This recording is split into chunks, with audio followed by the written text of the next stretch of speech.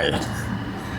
In this session, I will go over to the carbon dioxide buildup, in the atmosphere.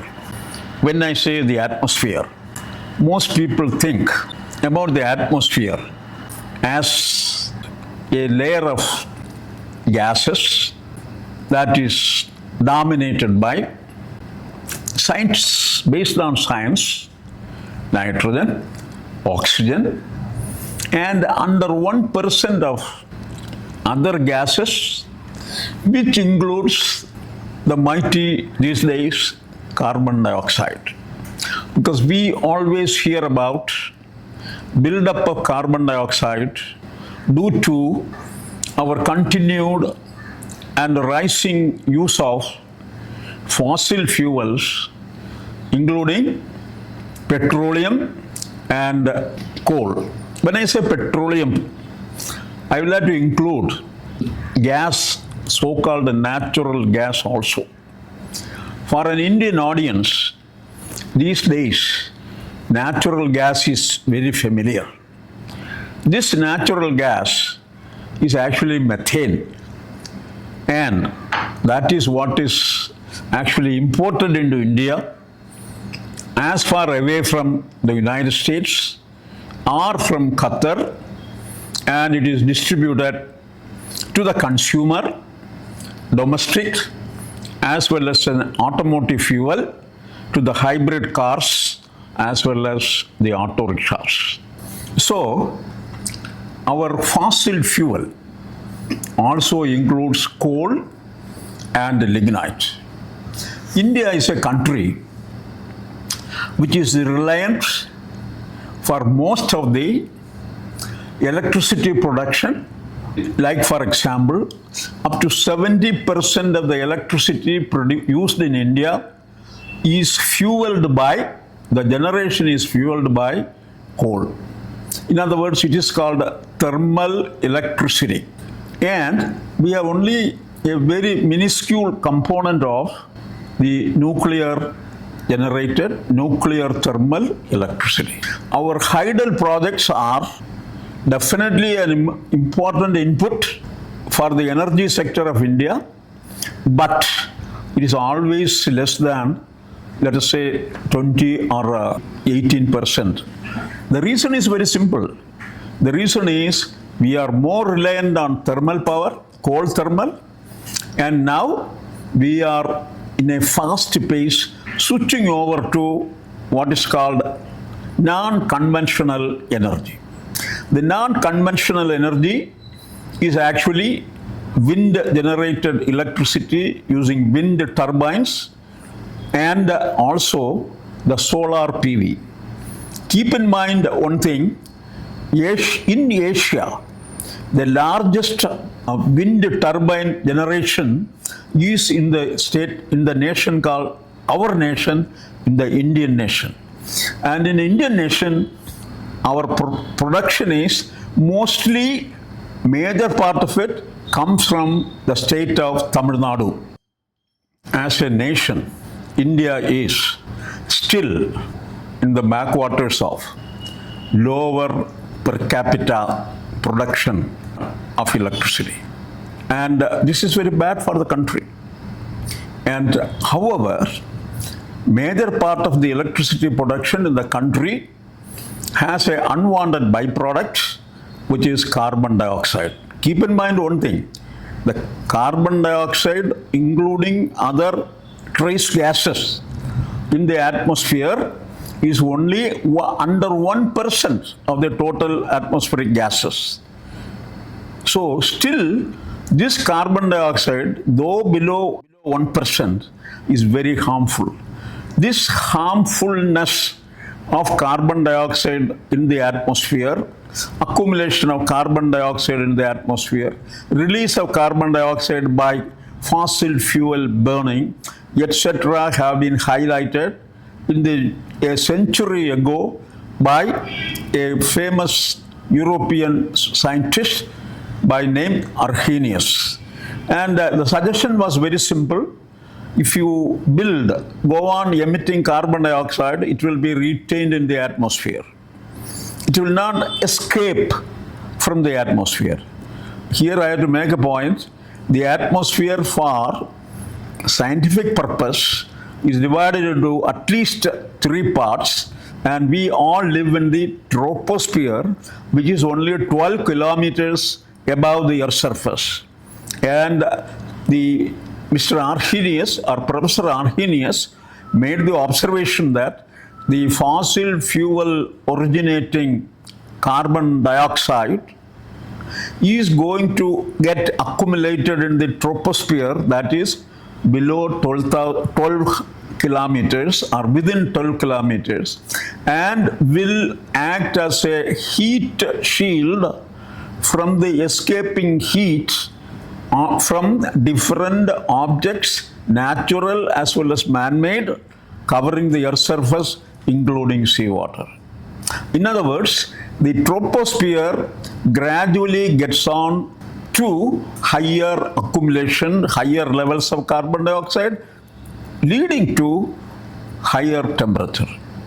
And I will say that when the incoming heat, all the energy is coming from the solar system, sun only, the incoming heat comes in a wavelength which will hit the Earth's surface objects, man-made and natural, warm them up, and when the sun sets, these hot objects covering the Earth's surface, natural, I have emphasized, natural as well as man-made, it is re-emitted back to the sun. Unfortunately, because of the original constitution of the Earth's atmosphere, the re-emitted heat energy is in the long wave radiation, and this is the problem. Incoming radiation comparatively is in the short wave radiation range, whereas outgoing radiation, heat radiation, is long wave. And this actually does not escape because of the under 1% carbon dioxide in the low atmosphere, in the troposphere, as well as other gases like H2O and methane in the atmosphere. These are the so-called greenhouse gases. So this leads to this process of trapping of long wave radiated heat is trapped in the lower atmosphere or the troposphere, leads to gradual warming of the troposphere as well as a consequence of the Earth. This is what is called global warming. This leads to global warming. Most people will not worry about global warming, but consequences of global warming are tremendous. And all the consequences so far identified are going against the safest survival of the humanity and, of course, other animals and, of course, plants. Because we are all designed, whether it is the members of the plant kingdom or the animal kingdom, we are all designed to survive a certain latitude of temperature variation. However, keep in mind one thing, that the temperature before the Industrial Revolution, that is before the steam engine discovery or invention, was only 280 part per million volume, per volume. Carbon dioxide content in the atmosphere was, before the Industrial Revolution, 220 part per million by volume, not by weight. This is now 421 today. Rather, yesterday on July 1st, 2024, the carbon dioxide level, as reported by the people or the agencies in the West who are monitoring the carbon dioxide level in the lower atmosphere, in the troposphere, has hit 421 ppmv, part per million by volume. This is a very dangerous situation, because by 2050, if the carbon dioxide level, or let us say the carbon dioxide driven temperature rise, is not brought back to 2.8 degrees Celsius or to the pre-industrial level days of temperature, this is a bad omen for the future. In other words, then it is, the scientific community says, what happens is a runaway climate change. A runaway climate change means you are, as humanity, as people working with science and developing procedures and processes, will not be able to design a system by which we can bring back the level to safe levels, the temperature to the safe levels. This monitoring of carbon dioxide in the atmosphere was initially carried out in the island of Hawaii, Hawaiian chain it is called. There is an island called the Mauna Loa. Mauna Loa is the largest volcanic island in the Pacific in the Hawaiian island group. It is almost, it has an elevation from mean sea level, Pacific sea level, of 4,600 meters.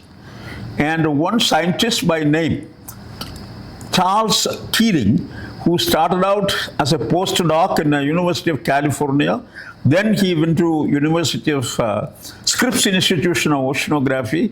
Then he was starting to figure out the mechanisms by which the carbon dioxide level in the atmospheric column can be monitored.